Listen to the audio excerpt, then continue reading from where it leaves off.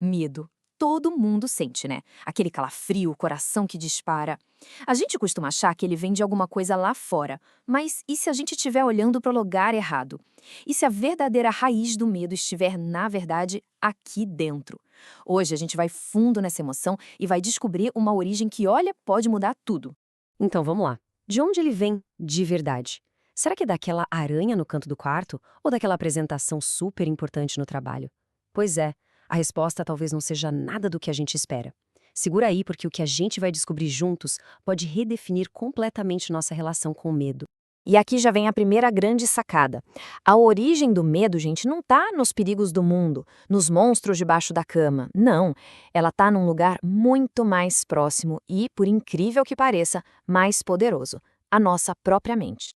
Olha só que interessante. A chave está aqui. O medo não nasce do evento em si, mas da forma como a gente interpreta esse evento. É tipo uma historinha que a nossa mente cria, sabe? Uma história que transforma qualquer sombra num monstro e qualquer silêncio numa ameaça. E agora, a definição que vira o jogo. Medo, na sua essência mais profunda, não é sobre o perigo lá fora. É o sentimento de estar sem apoio. É aquela crença de que estamos encarando o que quer que seja sozinhos. E isso já leva a gente para uma questão ainda mais fundamental. Se o medo é essa sensação de não ter amparo, qual é a raiz disso tudo? A resposta? A crença na solidão. A convicção de que a gente está completamente isolado. Essa frase aqui, gente, mata a charada. O medo não é algo que simplesmente existe o tempo todo. Ele aparece e cresce num terreno muito específico. A crença de que se está só. Quando essa ideia se instala na mente, aí o medo floresce. Então vamos resumir essa base do medo. São basicamente três pilares. Primeiro, a crença no isolamento. Aquela ideia de tô por conta própria. Depois, a sensação de desamparo, de que não tem para onde correr. E por último, o sentimento de que qualquer ajuda está longe demais, é inalcançável. Juntou esses três, pronto, tá aí a fundação perfeita para o medo se erguer. Ok, beleza, já entendemos a base, mas como é que essa ilusão, essa ideia de isolamento se transforma naquela emoção que a gente sente no corpo, o frio na barriga? Existe todo um processo, sabe? Uma reação em cadeia que acontece na nossa cabeça. Funciona mais ou menos assim, ó. Primeiro, vem a crença de que se está só. Isso leva a gente a pensar que precisa dar conta de tudo na própria força, né? Essa pressão toda acaba criando ansiedade, que por sua vez alimenta um monte de cenários negativos na nossa mente, e aí, nesse turbilhão de pensamentos, que o medo se materializa. Tá, a gente já entendeu o problema. E agora? Qual é a solução? A resposta não está em sair na porrada com o medo, mas em mudar a chavinha, em mudar a percepção que cria o medo. Para começo de conversa. Bom, se o medo é uma construção da nossa mente, faz sentido que o antídoto também esteja lá dentro, certo? A pergunta de R$ 1 milhão é: qual é a crença que a gente precisa virar de cabeça para baixo para fazer o medo perder toda a força dele?